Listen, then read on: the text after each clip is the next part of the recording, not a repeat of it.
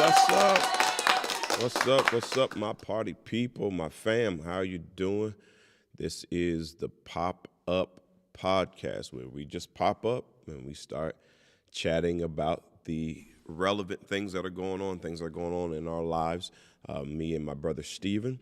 So, since it is a pop up podcast, sometimes when you pop up, things don't always go well. So, my host was having some major technical difficulties last I checked with him. So, we'll bring him in later if he can get that going. If not, we're just going to go ahead and roll on. So, it's good to see much of my fam on here today. Uh, quick little shout out. It's kind of hard to see, but Victorious Worship is still out, still doing well.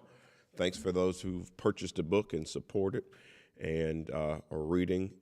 Please let us know how it is helping you or blessing your life, and maybe we can even have some discussion centered around it. Let me bring in some of the people I see commenting. Let me just bring some of their names on screen. Michelle Kelly saying, "Hey Dre, what's up, Miss Michelle? How are you?" And then let's see, we got Jocelyn Jimenez, my goddaughter. Hey, what's up to you, my friend?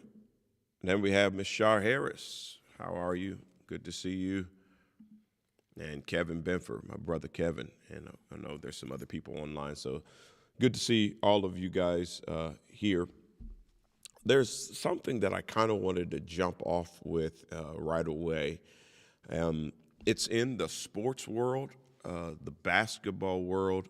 It's a coach. His name is Ime Udoka, and he just his name is in the news. He's the fiance of Nia Long, the actress Nia Long, and he was the coach of the Boston Celtics. Took them his first year coaching, took them to the NBA Finals. They lost to the Golden State Warriors, but now there's a report that he is going to be suspended for 1 year and dealing with some improprieties with a consensual relationship. And so, let me bring this wonderful man on, Bishop Curtis Daniels. Much blessings to you, and thank you. Appreciate that. So, I wanted to bring this up for a reason. Number one, it was shocking that this got into the news, not because of what happened, but normally things like that, behind the scene things that happen in organizations don't seem to show up on the news. They seem to be kind of hidden, but this was put out there. So one of the questions that people were wondering was, are you doing this because he's black? Hold on. My friend, Brother Robert Marshall, said, "I'm crispy." Appreciate that. So the question was about this coach. Is his name in the news because he's black? Because there's been a lot of impropriety and dating going on, a lot, but it's usually not reported on. It's usually hidden. But for whatever reason, this was out, and then today some people are saying it's worse than what we thought, and a lot of details. And that's not really what I want to focus on, but what I wanted to turn attention to is us.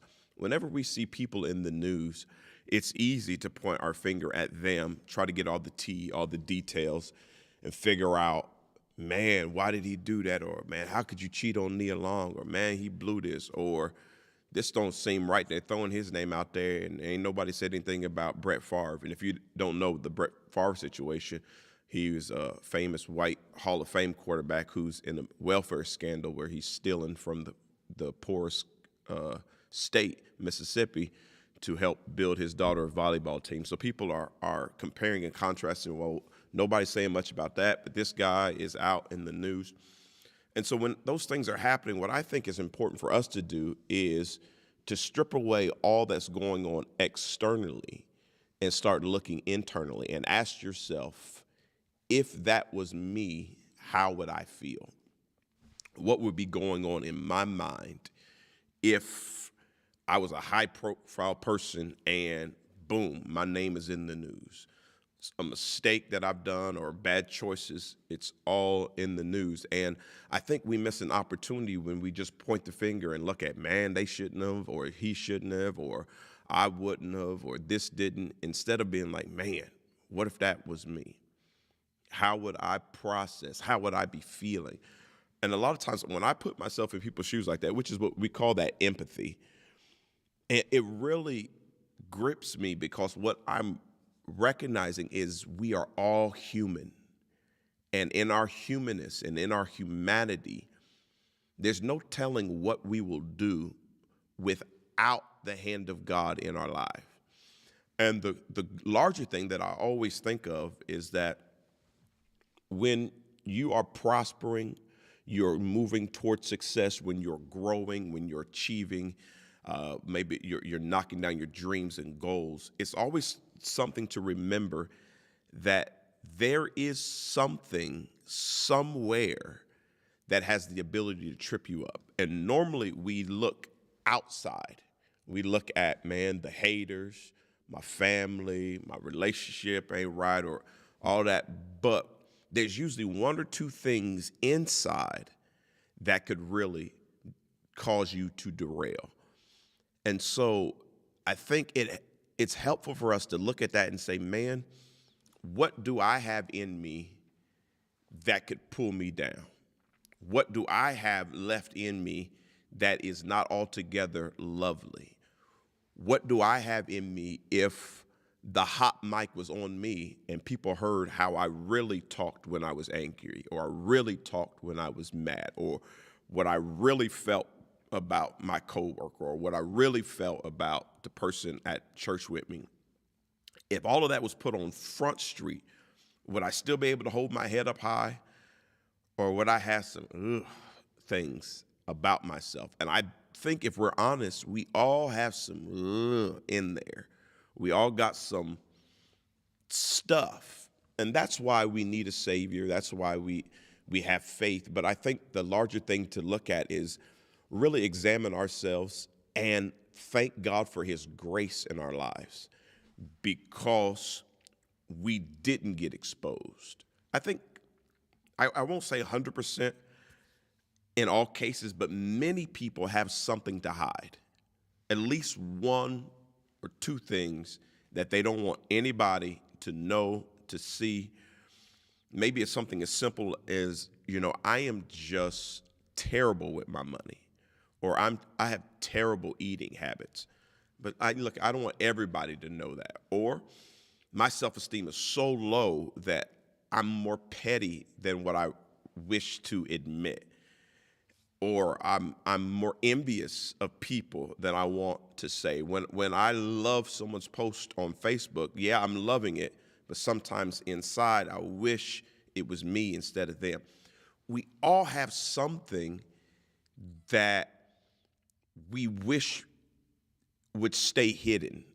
And I think that should help us be better human beings, because when someone else is exposed, it should make you think, man, that could have been me. Now, of course, there's some things that people are exposed in, and you'd be like, well, I would never do that. And there's some things that you would never do, but what are the things that you would do or could do or have done? And use that to say, man, God, help me. Help me be a better father, a better husband, a better pastor, a better leader, a better worker, a better whatever, just because of the fact that I'm human. I'm saved, I'm sanctified, I'm anointed, but I'm human. I'm weak. I have certain appetites that have a tendency to dictate how I respond when the lights are off. Now, when I'm out in public, it's all good. I can put on that public face. But behind closed doors, I have certain appetites that drive me. I have triggers and traumas and hurt that if I'm not careful, I'm going to make decisions and have made decisions that could derail everything. And so for those of us who understand grace and our decisions that could have derailed everything, that God just wiped it, washed it, hid it, there's no reason for us to not offer grace to other people. There's no reason for us to be so harsh on the next person, knowing, man, I got some of that in me too. Now, I may not have done it, may not have done it like that, may have never crossed those lines, but it was in my mind to do it. It was in my head to do it. I was tempted to do it. Yeah, I didn't do it. And a lot of times we get up in public and we're like, well, I've never cheated on my wife, or I've never cheated on my taxes. I've never done this. But we don't often talk about, but I was tempted to, or I was close to, or I thought about it. And I'm not saying that we should say all that stuff publicly, but we should know that about ourselves. We should know the holes in who we are, and that should drive the way we love. That should drive the way we interact with other people. That should drive the way we function when people are down, when they're lost. And so that's just something I wanted to throw out there. Actually, in my book, I wrote a piece about, it was called Wired Worship. And it's a whole piece about how when we don't worship God as we should, it doesn't mean that we don't worship, because we're wired for worship. But the problem is, because of our fall, we end up worshiping the wrong things. And so I spent some time talking actually about relationships and how women have a tendency to worship relationships in a certain way, and then men have a tendency to worship relationships in a certain way. And I spent some time talking about men and lust, and just that every man battle. It's not that women don't deal with lust. It's true that women deal with lust as well. And I would say they're equally tempted, but men have a sense of throwing everything away. Sometimes women are more calculated and will think things through. Men can get in a moment and just throw everything away. And we need to know that about ourselves and not try to just pray it away, preach it away. Sometimes we need to sit with who we are and be like, God, if you don't help me, I won't be helped. If you don't put your super on my natural, I won't have the ability to carry out everything that I desire to carry out. I won't be able to move and function in the way I need to function. So let me see. I may be able to bring my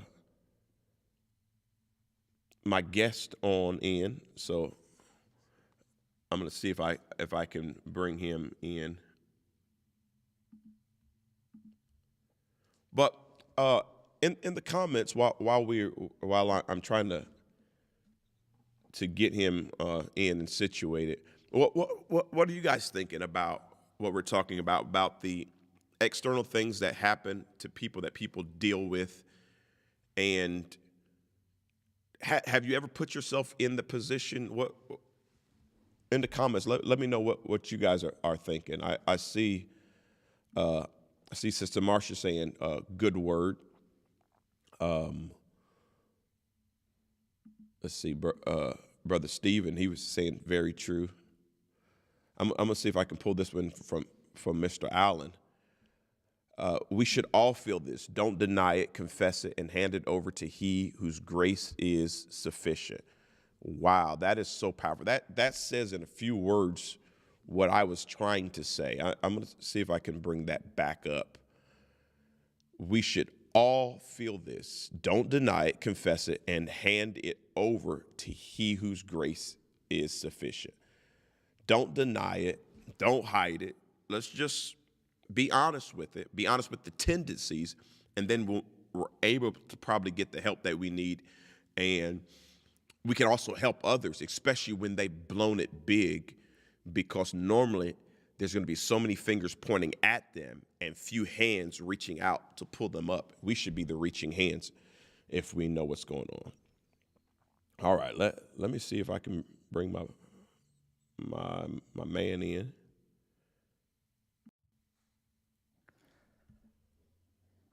All right, let's see. Are you? Hello, hello. I hear you, but I don't see you. So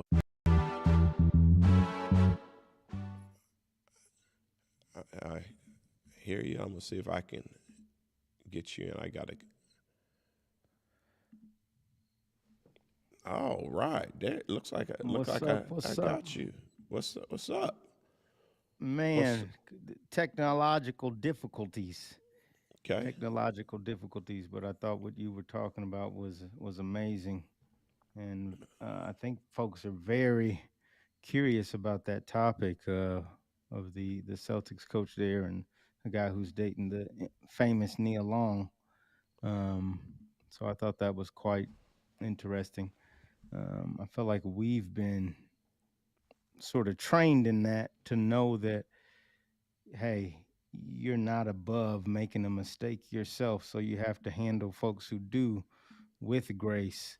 And to the point that the gentleman made, the comment, um, you got to realize that, hey, you know, there's someone who provides grace, and that's what we have to sit in when we start thinking about, gosh, someone else has fallen to a certain mistake or temptation or blown it. So, can you hear me? Okay. Yeah, I hear you. I hear you well, loud and Okay. clear. So yeah, I'll try to get your background dialed in here in a minute, but yeah, I just think there's so many opportunities, and I think we get so caught in the sensationalism of things that we just forget how much stress people are under. Not to excuse anything that people do, but the stress that we're under nowadays and the way our work schedules are, and then you put people in a room together and you're making them work together all the time, and then a lot of affairs happen in the workplace, and it's not just because people are evil. Sometimes it is wickedness and evil and people don't have standards, but sometimes it is just the proximity and being drawn close to people that you shouldn't, and not knowing how to find boundaries. And then the problem is people fall into these things and then they get these marks. It reminds me of the book years ago called The Scarlet Letter, where a person is branded as this based on a momentary decision or a temporary decision. And maybe we can be better than that, bigger than that, and not make people have to live their shame for the rest of their lives. And just look at us, man. If everything about me was put on Front Street, y'all wouldn't be following me like y'all follow me. I'm talking about, oh, Pastor Andre, Pastor, man, I'm telling you, there's some stuff in my closet. And likewise, there's some stuff in all of us. But as we begin to recognize it and deal with it and sit with it and say, hey, this is who we are, but God, with your grace, I can be better. And then the next time I see somebody falling, I'm going to reach to pick. Before I do the gossiping, my first stop, of course, we're human, so you're going to want to know the tea, you're going to want to know the details, but somewhere in there should be like, man, I'm praying for them. So I'm thinking about, man, what does Nia Long feel like? Because now her name's all in Front Street. What is the push? What is the pushback? All of those things. So what else do you think about that? I just wonder, are folks surprised? And I feel like there is a level of surprise to your point. But I wonder, just from our viewers and people that are watching, how surprised they are that at a couple of things. One, that the gentleman, I have trouble pronouncing his name, but that the coach, you know, made obviously a huge uh, mistake or bad decision, or you know, he made some poor choices there. But then, how surprised are you that no one's talking about the Brett Favre situation? And how should the society feel about a thing when it happens like that? You know, I know you even preached a message a while back about being able to really, you got to hold folks accountable to some degree, degree, if you're in certain Christian circles, at least, there is some sort of expectation. It's like, I think you said, only God can judge me, gets kind of overused a little bit. And it's like, no, you can be held accountable by fellow humans and other people. So just throwing that out there all the time is not necessarily, the ultimate, defense to everything. And so I wonder, lastly, kind of how should we feel when folks make those big mistakes? And I understand, like you said, the grace portion, and I agree with that. Uh, but are we within our rights to be disappointed in that person? Are we within our rights to be upset? And how do we?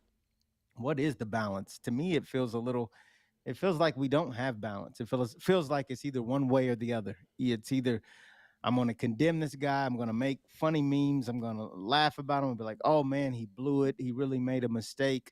Again, while the Brett Favre situation gets ignored. And then, or I say, man, everyone's being super hard on him. And then you run the risk of people saying, well, you're just making an excuse.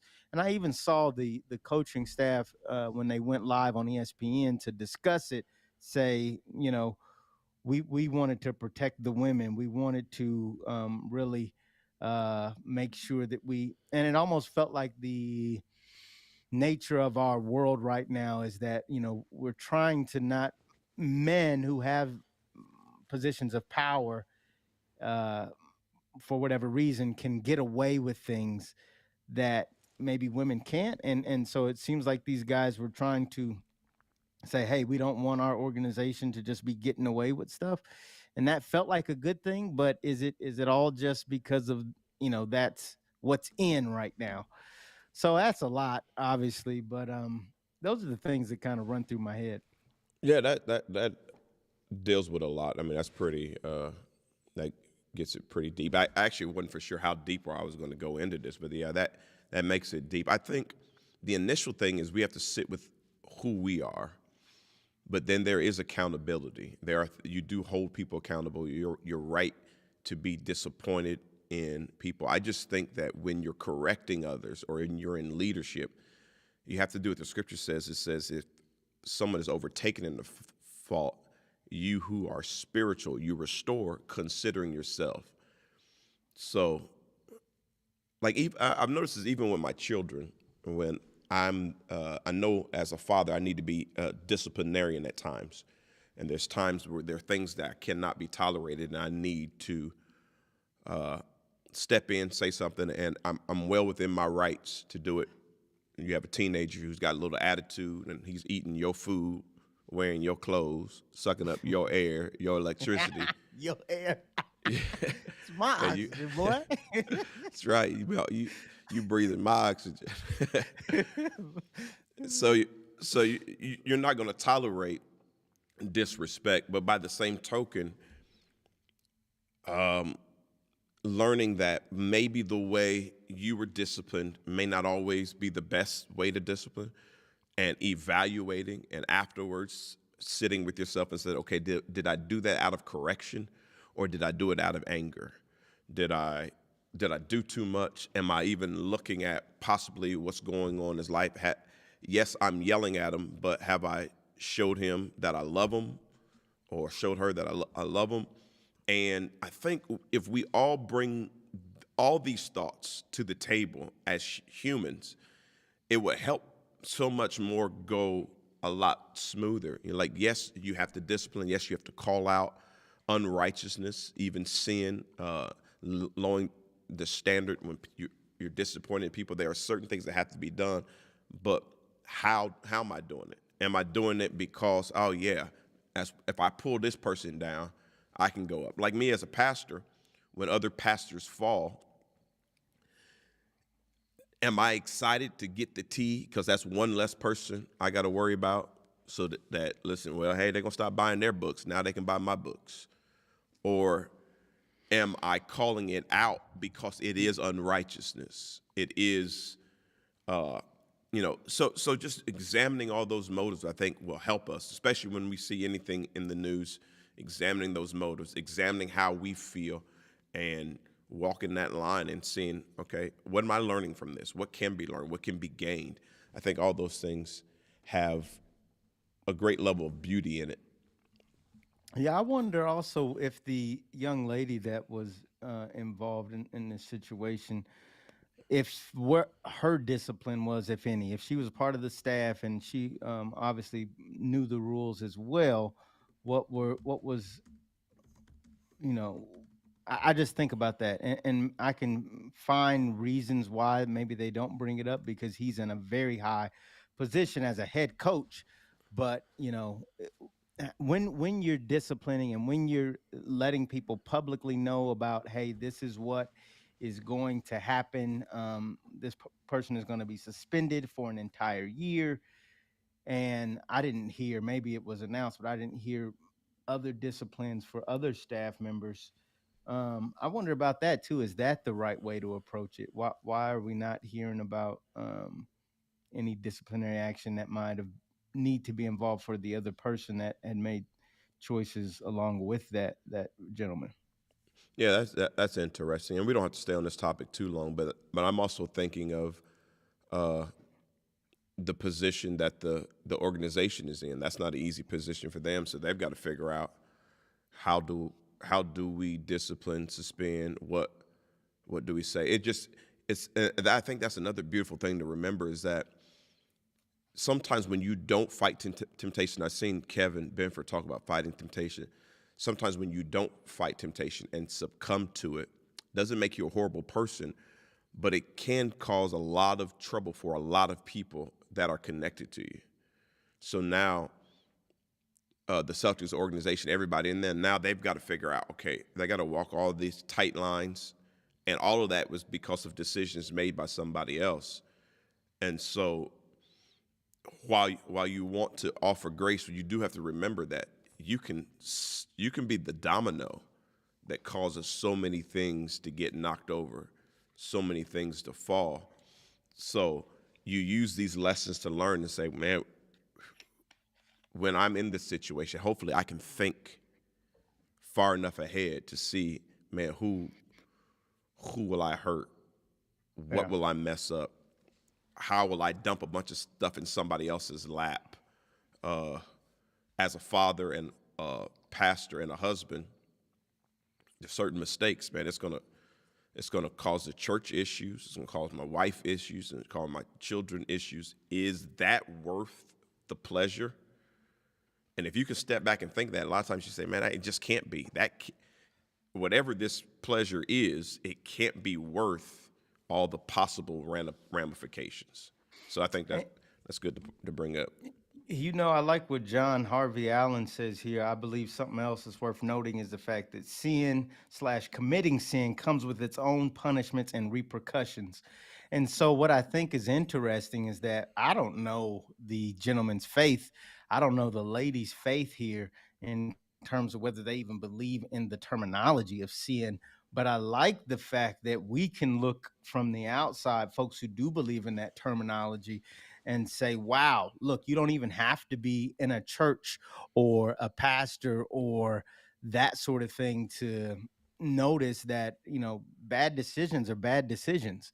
And even if you're not, in that world of Christendom, you can look in, I'm, you know what I'm trying to say? Like, I'm trying to say that even the principles of church that are in the Bible that we would identify as sin, that sort of unfaithfulness, you know, it's still just like, even if no one in the Celtics organization believed in God, it still was just like a policy that was broken. Like, it just basically, it's not wise to be one having an affair of any sort when you're in a committed relationship, but also it's not wise to be having relations with someone that you work with. um, and and yet and still, I think the bigger overarching thing is, while none of those things are wise, whether you're a Christian or not a Christian, you can still fall in that temptation, right? You can still succumb to things that aren't wise if you're not careful. So, um, I don't know. I thought that was interesting, and I think fighting temptation is another thing all in and of itself. I think the Bible talks about, fleeing temptation. How do we flee it? How do we get away from it? And how do we, you know, how do you take the time to think through all those things you talked about? Like, okay, uh, this could mess up my family. This could mess up my career. This could mess up, but when you're in the midst of it, it's like, I'm not sure your brain works like it should.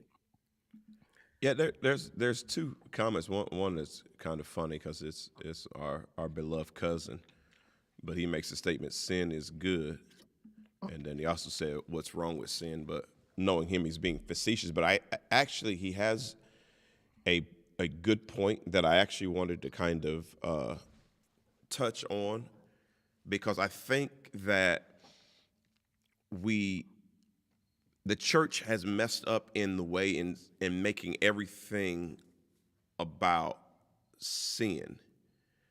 And being the pastor saying that sounds odd, but I'll see if I can kind of make my point and make it make sense. That sin is the fruit. There usually is a root that controls the fruit. When you look at a peach tree, the peaches are not the fullness of the tree. The peaches that the fruit's not the fullness. There's actually a whole system underground that is a root that actually produces the fruit. And when you focus only on the sand, and let's say if I was just to pull off all the peaches off of there, well, the next season the peaches are going to come back because I haven't done anything with the actual root. And focusing only on the sin and calling people sinners and never dealing with the underlying issues, I think that's hurt people. I think we've done this disservice to people. I'm reminded of Marvin Gaye. He said, "When I get that feeling, I need sexual healing." Healing. But but there's a power in that statement. Is it's saying that I'm actually using sex to heal something. There's actually Mm, something. It's something deeper, and my sexual appetite is one of the ways I know how to try to fix what I'm dealing with. But it's really something deeper going on. And when we treat people just like, oh, you're a sinner, and you don't get a chance to deal with maybe the reason why you're doing this is deeper than what you need. There may be some trauma, some issues there. Then I think it helps us just be more human when we kind of get to the deeper things. yeah, I mean, I think that's huge. Like, what are we, you know, luckily, all of us don't have the type of positions that, how do you say the guy's name? I believe it's Ime Udoka. I'm not totally Ime correct. Udoka. Yeah, but I All think of us that's it. don't have those positions, but I mean, I think one of the benefits one of the benefits of that is that everyone's life is not on ESPN today, because what would it look like if your life was on ESPN?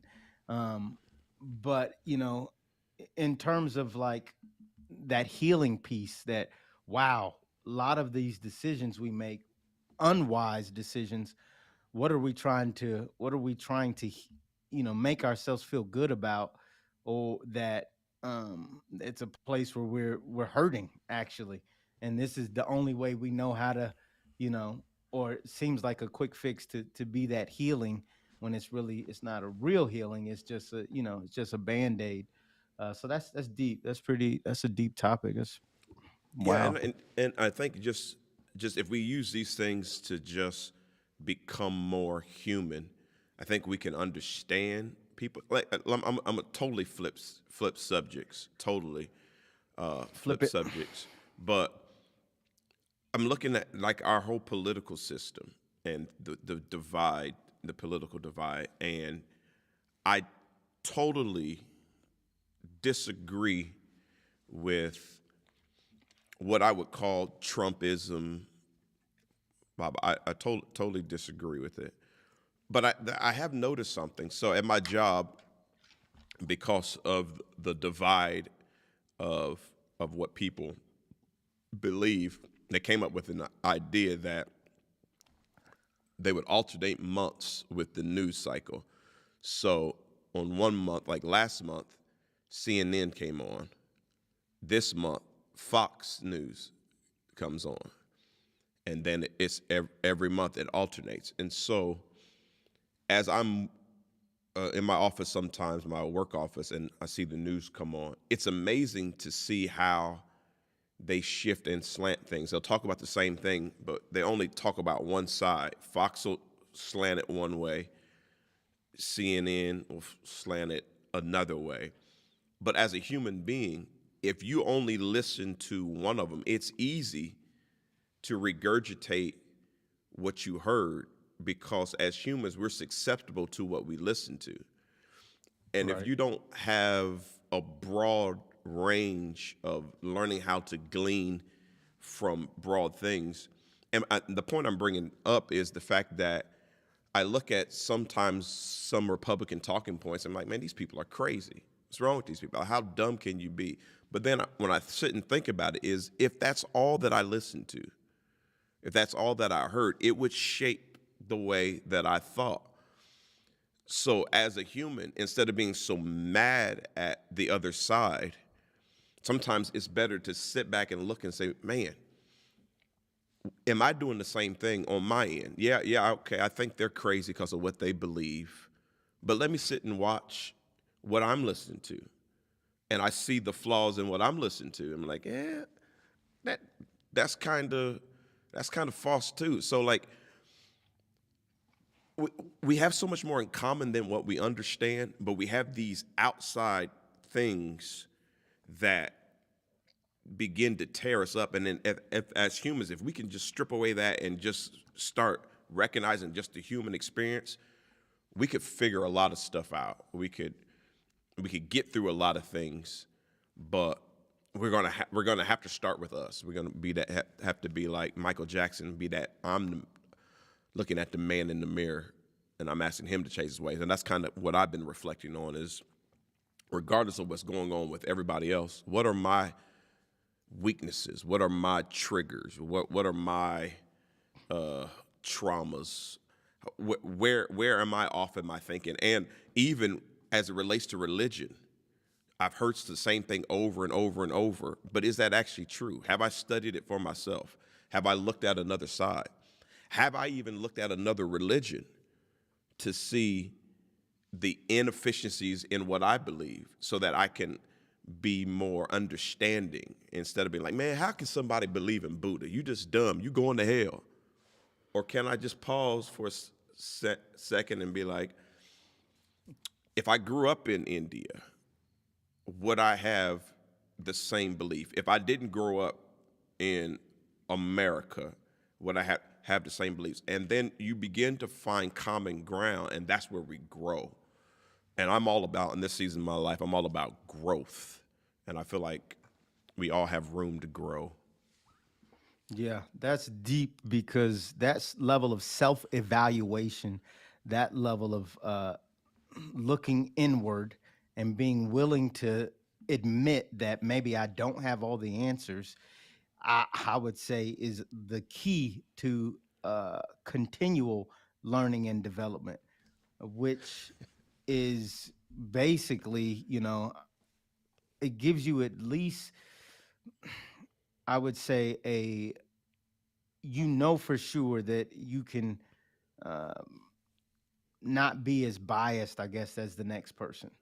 Like if you're willing to, and I was talking about this on Instagram, if you're willing to just listen to the other side, listen to somebody else's perspective, listen to what somebody else is saying without interjecting, without cutting them off, without saying I know and you already got it figured out, you likely can learn something.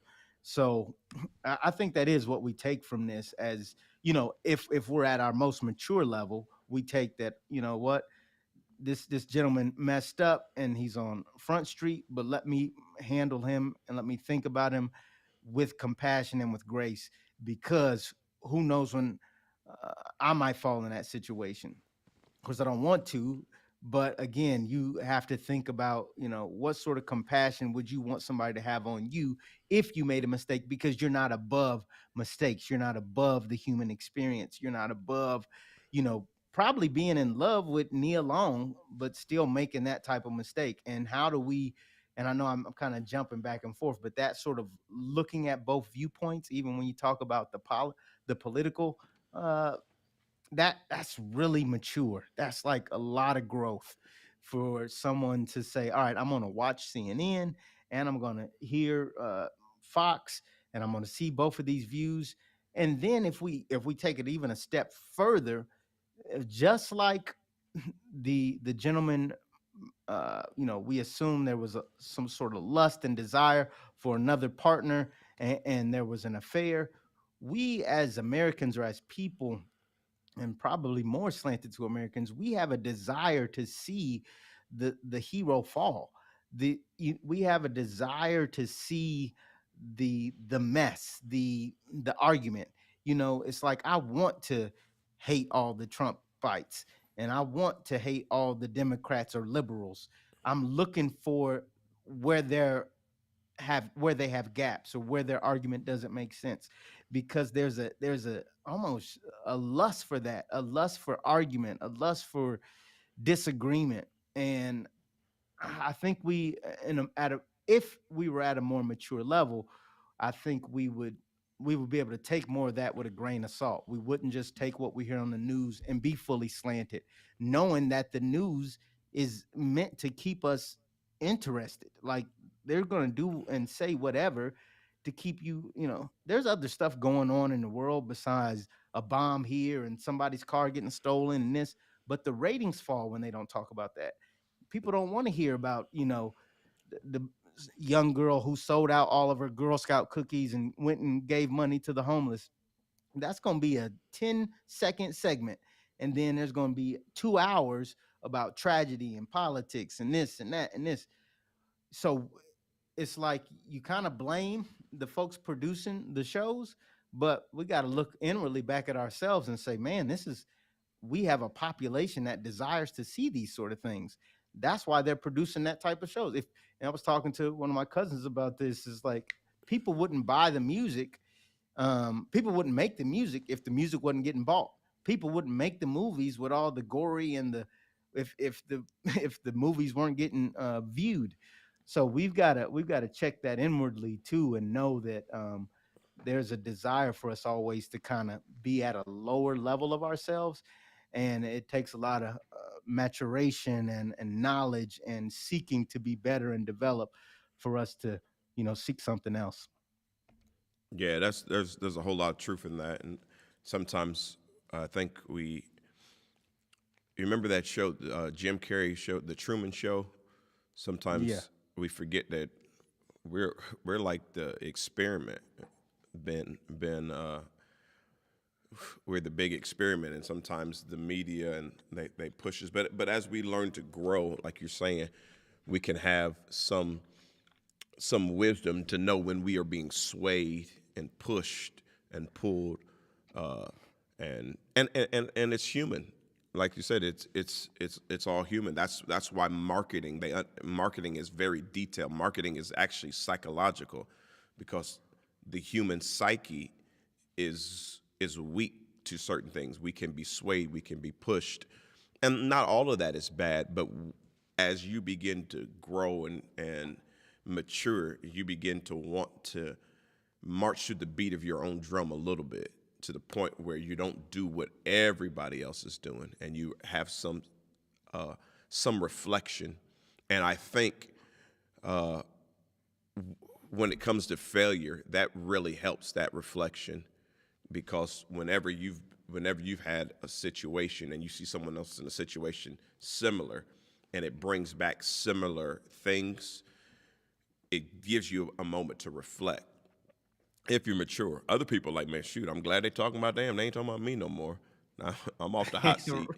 The Shoot, news cycle has shifted, right? yeah, I am happy. I But think that's what they waiting for with Brett Favre. Honestly, it just they're not gonna bring it up until wait for the next news cycle to shift, and maybe he'll scave Yeah, that's a whole not be on ESPN and all that. yeah, that's a Let whole me whole other situation. let Yeah, me go ask ahead. you this. So, two things I kind of want to ask that I feel like tie in. I know you just wrote your book, Victorious Worship.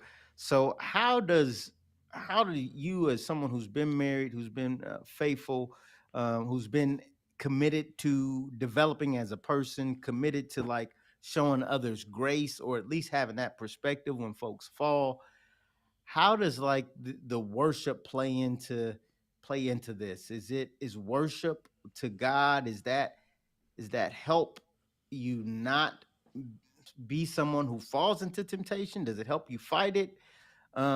Does it help you be more fulfilled so you don't even have the desire anymore? Like, what is it about worship and all the work you've done, and the book you just written? How does that tie into this, if at all? It it has its uh a little bit because the kind of overarching thing is that worship is a lifestyle, and a lifestyle that looks at you versus what you would call a higher power. And so at no point is the higher power unworthy. Even though you may be unworthy, life may be unworthy, you may have ups and downs, temptations, all those things. But God is always consistent and constant in his greatness.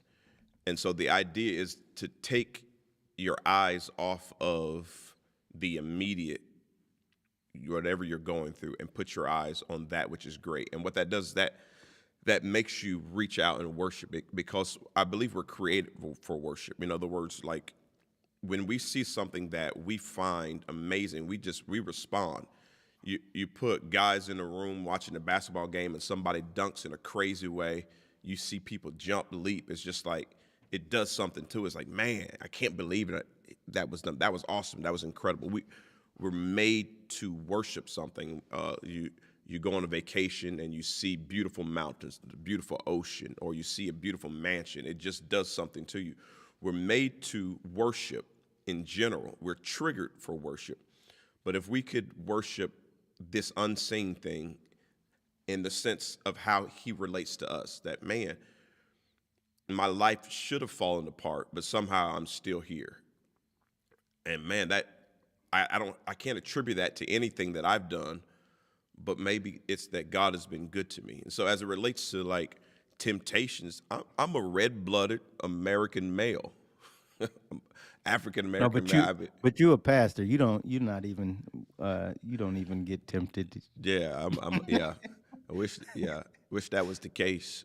No, let me take that back. I don't wish that was the case, because how would I be relatable to Yeah. people if I lived on this plane where I'm just unaffected by anything? And that's one of the things that do bother me about some of like the social media gurus. Like you want to tell me about clean eating, but you don't like fried chicken. So you don't know my struggle.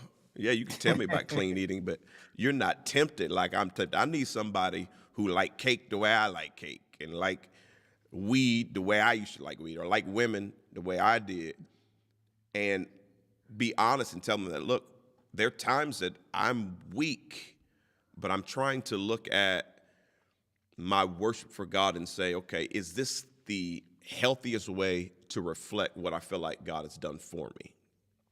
And in most cases, the answer is, if I check all the boxes, it doesn't match up. So, me and my wife, we had 3 miscarriages. Now we have 3 children.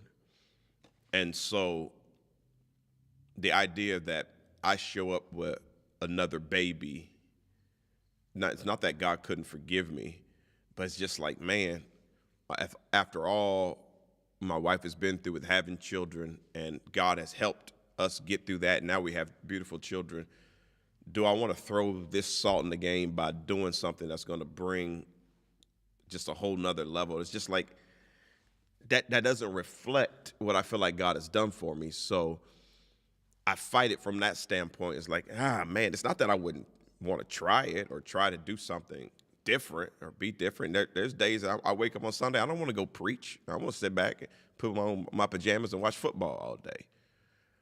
But I'm called by what I feel like is this higher power and all that he's done for me throughout my life. So it's my worship is a response. My overcoming temptation is a response. Like it's Mm. almost like when you're at the doctor's office and they hit your knee and you have that automatic response. Some of the things I do is just a response of the goodness that God has shown me down through the years. And so the idea of victorious worship is trying to stay in that mind frame of I'm gonna let him do the work. Look, I'm flawed. I can fail at any moment. But if I put my focus and attention on him and what has already transpired through my life. Number one, if you live in this country, a first world country, you're doing better than much of the world. There's so many people don't have what we have. Some of the issues that we have, like man, I can't buy the sneakers I want to buy. Well, some people don't have shoes altogether. So it's really about changing perspective, and it's through that perspective the result is you start making right decisions. But then you don't celebrate yourself for the right decisions. You give God credit for the right decisions because you're like, man, if he didn't help me, I wouldn't have made this decision. Or if he didn't do this, I would.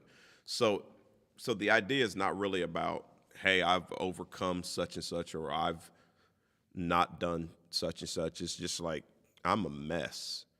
And somehow God has taken this mess and held me together and elevated me. And now people look to me and want advice from me. And I'm thinking, like, God, you did this. It's like, I worship you because you took a jacked up mess and you just keep blessing it. So that's kind of the idea.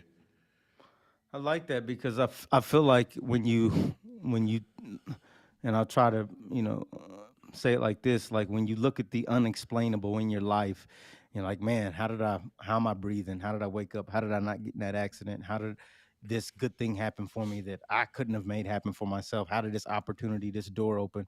It's like, man, it had to be the unexplainable. It had to be God. And so I'm grateful. I worship you. I give you honor because of that. And I think that does help us feel full. And I think some of the temptation that we have is really connected to us, or even I guess succumbing to temptation is really us not feeling full or fulfilled.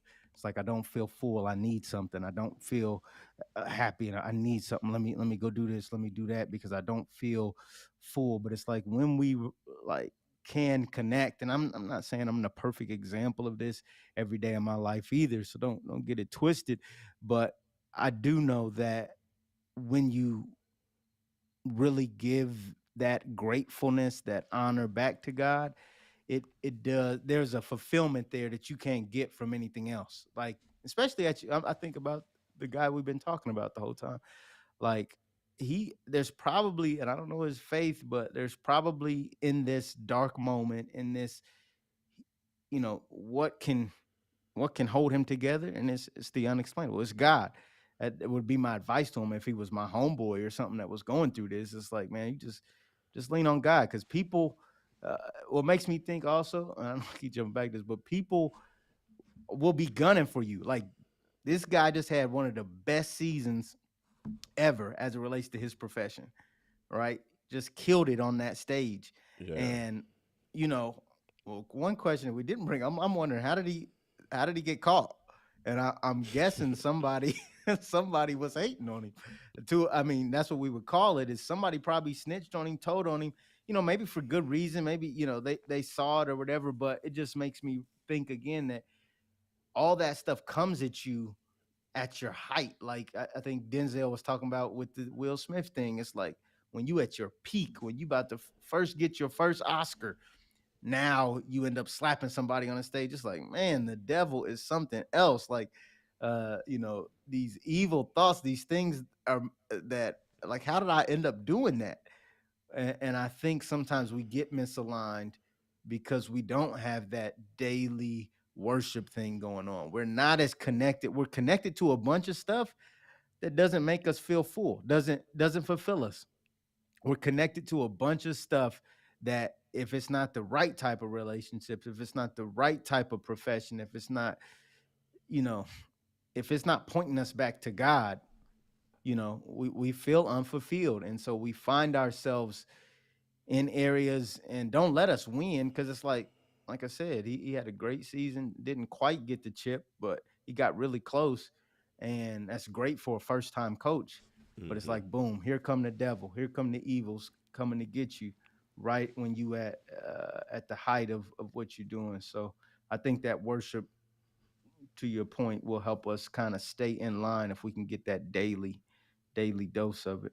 Yeah, and it doesn't have to all be like what we grew up in. Like we're in the tradition of going to church every Sunday and listen to a sermon and all that. Some people can just start where they are, and it doesn't have to be. It just could be a thankful mindset. But it's something that you said that I found interesting, because I was talking to someone yesterday about it, and it was just they were talking about being in a dark place, and almost kind of like, why would God allow us to be in a dark place? Because if God is as great as we say He is, He could stop any of us from doing anything. So sometimes when we end up in dark places, especially when it's through no fault of our own, that's hard. Also, when it's through our fault too, sometimes we still are upset with God. Like, why did you allow this? Right. And one of the Why did you things, let me see that girl in the locker room? yeah, like she didn't have to say anything to me, and uh, she inboxed me first. It wasn't my fault, but that's how it starts. So there's a lot of things, and sometimes you wonder That's a about good that. point too, Kevin. This could be a setup. He said, "Yeah, never know." Could be. And so, like, while you're in a dark place, but the point that I was bringing up to that individual is light. The power of light is not seen the most in light. Mm. When you have a flashlight and you go out in the daytime, you don't really recognize how powerful the flashlight is. Somebody type "that's good" in the chat. That's good. That's good. The light Preach. only becomes, you only see how powerful the light is when it's dark. Mm. And sometimes we really won't understand the goodness of God. It's hard to worship God in His greatness if you've only had great times. It's when life has flipped upside down on you and you're in the middle of something, and then there's a breakthrough. When the light pierces the darkness, that's when you understand how powerful the light is. And so there are some people who, in their moment of extreme darkness, that's when their worship really grows, because that's when they find out, like, man, I'm loved unconditionally. Yeah, I blew it big time, but it was there when everybody else was pointing their finger at me, laughing at me, calling me stupid. Because the people who are with you when you're up, a lot of them are going to be gone when you're down. And Mm-hmm. then when God steps in and holds your heart together and molds you, that's when you're like, man, I really have something to worship. So the dark times, as much as we don't like them, sometimes they really show us the greatness of what we believe. And I even made a post about it yesterday too, about how I've deconstructed my faith. I've evaluated my faith. I've questioned my faith, but I've never abandoned the faith because I haven't found anything better than my faith. When I've been in grief, when I've been in pain, when I've been confused, I've only found one thing to really be able to pull me out. I've had some things happen to me, and I'm getting over it quicker than I should have, or I'm handling it better than I should have, and I don't have any explanation for it but God. It's like, well, how did you do that? How'd you? I don't know. And they were like, oh, come on, you can tell me. I'm like, really, I don't know. I don't know how I did it. It was my faith. And I haven't found anything to that level yet. So that's why it keeps me from walking away from the faith. But I have been questioned. But in my darkest times, I've found God's light to be the one to pull me in. And so I'm gonna Yeah, roll with that this thing till the wheel fall off. that's powerful. And like I said, I'm not a pastor. I'm not my brother in that sense, but and I did. The only time I really lost faith, I would say, is when my dad died, because that one was tough. And I'm very much into faith. Let me say that too. But I just don't have some of the same, I guess, pressures, the societal pressures, um, that I feel like when I was back home and everyone knows me, they know my dad. It's a little different. If I get into an argument, road rage on the side of the street, it ain't gonna be as embarrassing for my family because don't nobody really know my family here. But it's still, my faith is still very important to me. And when I lost it, I got it back shortly after because I started going through some unexplainable stuff that I could not explain. Like, okay, I did everything I know to do. This went all the way wrong. Or I didn't even do nothing and this went all the way right. Like, how did this happen? And I just had to go back to what I knew, which was God, to help me regain. It's like that is what did it for me. And I hope people out there, and I hope the guy that is going through the thing that he's going through, and anybody that's going through what they're going through, has something like that, because money can't do it. The opposite sex can't do it. Um, Or the same None of sex, that, or the same or the sex same can't date. sex can't do it. Whatever you're into, those things still, they're very fleshly things. Like, they can't give you that fulfillment. And that's the thing. Even when I look back on my dad's life, like, my dad didn't have a ton of money, but he had so much impact, and he had so much, like, of that intangible thing. Like, and we knew him like at a whole different lens than a lot of people knew him. A lot of people held him up on a pedestal because of the good stuff he was doing in the community, but he was still a man. And it's like, but wow, look at that! Look at a life lived to its fullest. Didn't even include a million kabillion dollars, right? It didn't even include some of these things that were. It didn't include, 7,000 different women, and it didn't include that. It was like, so when you think about that, it's like, I don't know. Help me keep my faith, and I hope people, outside, like you said, start where you at, outside of the church thing, outside of like, oh, I gotta dress up. Like, maybe that is a part of your development, but if it's not, you still need something when that darkness comes for you. And like you said, oh, that was so good.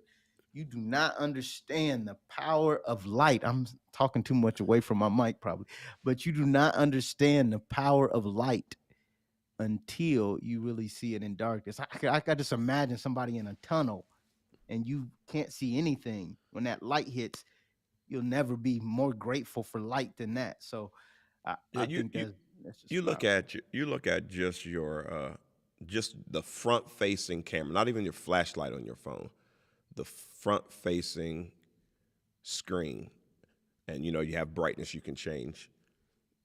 You're like, that's nothing. You don't think of that, but then you see a concert where it's all dark and everybody has held their phone up and just use that, and how it's lit up everything, and it's a beautiful picture, a beautiful moment. And that's another thing to understand is sometimes we minimize our own light. Well, I'm not a flashlight. I'm not a high beam. But if you are light at all, you have power over darkness.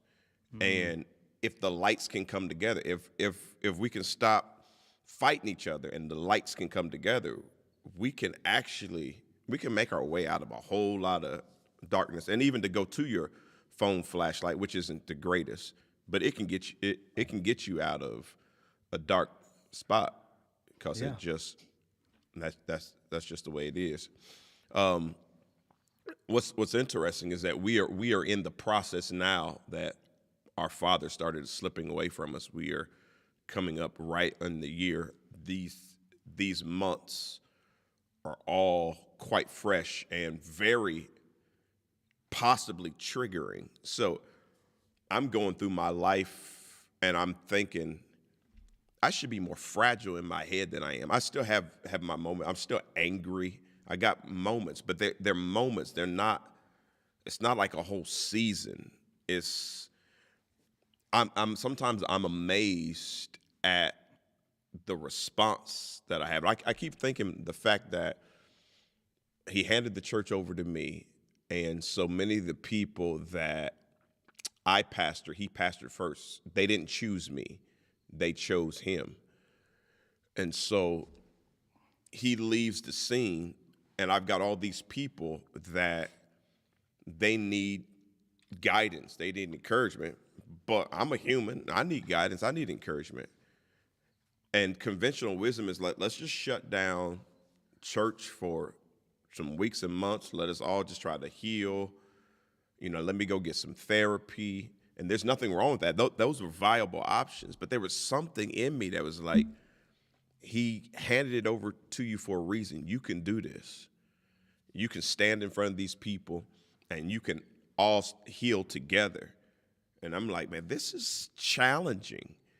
But the power, God, the way God would illuminate me every Sunday to share things and say things that many times I'm saying in the moment, on the fly. The first time the people are hearing this, the first time I heard it, and the God is saying things, and then I don't have time to get into all that, but then feeling like my father's proud of me. He was always proud of me, but feeling it from a top down level in a strange way, and just being strong. I had my moments. I still have my moments, but I shouldn't be as sane and whole as I am. Now I look at my mom.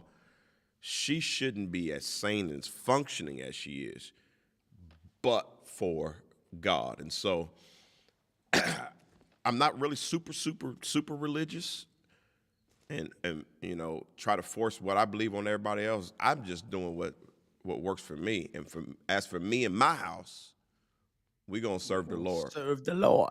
And if there's people that want to come along with me and go on that journey with me and read what I say and follow what I do, and if anybody see my TikToks, I'm just downright silly on that. I just do whatever it takes to take that next step forward, to keep moving forward. And somehow, at the end of it all, which we talked about last time, I'm winning. I don't always feel like I'm winning. Sometimes I feel like I'm losing. But when I look back, I realize there's never a time without God that I'm not winning. I'm always winning. So, Facts, big facts, big facts, and I hope everybody can learn from that. And man, I don't know if we're about to wrap up or not, but I will say this: like when it comes to your life and the position you hold, whether it be in your family, in a big organization, at your job, whether big or small, like let's stay humble. Let's stay humble and realize that okay, we could any day we could wake up and make the wrong decision, and things could be, we could have that same sort of feeling. But I think if we stay humble and we find a way to connect to God, um, the best we can, that will help us. That'll help us. It'll help us whether we up or down, whether things are great or things are in the gutter. So I just encourage everybody to do that, man. Connect with God because, like Dre said, even if you ain't pastoring the church, that little light you have maybe could help the next man. Maybe could help your family. Somebody needs your light. I'll say that somebody needs your light, and get the book, Victorious Worship. Tell somebody about it, because that could help you. That could help you stay humble. That could help you keep your light going. That could help somebody else get their light going. Like we need this. It's like everything in this world bombards us. We hear about negative news. We know political cycles, recession, blah blah blah blah blah. But it's like you need some stuff that's going to build you up too. That's why a lot of people like, and you should do therapy, I think. But in many ways, the church has been therapy for a lot of us. The church has been our therapy session on Sunday to come in there and okay, let me step back and see the bigger picture here. And so I just encourage everybody, like, the more you succeed, you're not going to want to know less about God. You're not going to want to be less close to God. I can guarantee you, um, if I was in the position dude is in today, I would not want to know less about God. So it's not like about, eh, being a hypocrite and I don't know if I'm like, the fact of the matter is, if you fall, you're going to want to know about God. Like, so don't lean away from him, lean into him. That's so That's the true. And thing to and do. and the saying that you fall from grace is incorrect. You actually fall into grace, which is Mm. powerful. And we are going to wrap it up, but there was one powerful thing that you said that I just want to jump on real quick. You said to stay humble, to stay grounded. And it just immediately in my mind, I thought about the fact that in any room you're in any house that you're in, there's enough electricity running through that house to kill everybody in the house. Mm. But there is, with every outlet, there's a grounding wire that keeps that power from being unchecked, unharnessed. And it keeps that power to be in the right vein that it needs to be in. And so we are all powerful, but we can do things and get into patterns that are very destructive. But if we stay grounded, if we understand that our source comes from above, we stay grounded, stay humble, there's so much power that can actually flow through us to do so much good. And that's the hope, that we do that and stay focused, stay grounded, and keep winning in life and shining that light. This little light of mine. Oh, All right, we appreciate y'all for coming in. Thank you for coming with our technical difficulties. I should say with his technical difficulties, but definitely mine. I'll make it no, it's all good. Yeah, definitely mine. I want y'all to follow me on at Stephen Motivate. Really trying to get out there and communicate a lot of things. One of the things is to help part-time entrepreneurs generate full-time revenue. To help part-time entrepreneurs generate full-time revenue. So Like like that. a lot of stuff I've learned about money from some of my more successful friends and cousins, and stuff that I've learned on my own. I want to to share that with you. So I want you to follow me on at Stephen Motivate. There's a lot of mindset things and money maneuvers. If you're into that, be happy to connect with you and get to walk through life with you, if you allow me to. So at Stephen Motivate, check it out. The website's doing, there's some renovations going to be happening to that pretty soon. But if you're on Facebook or Instagram, check me out on at Stephen Motivate, and of course on the Pop Up Podcast whenever we pop up on you. Pop up on you. Well, I likewise it's down below under our pictures. So at Rev Andre M is pretty much all my social media handles. AndreMitchell.com. It's going through some changes. It's up and it's live, but we're going to be making some changes to that as well. But we appreciate you for just being with us and popping up with us. We popped up on y'all, and y'all were down for it. So, of course, hey, we got to give y'all a round of applause. And we can't go out without the DJ horn. All right. Much love to y'all. Peace. Love.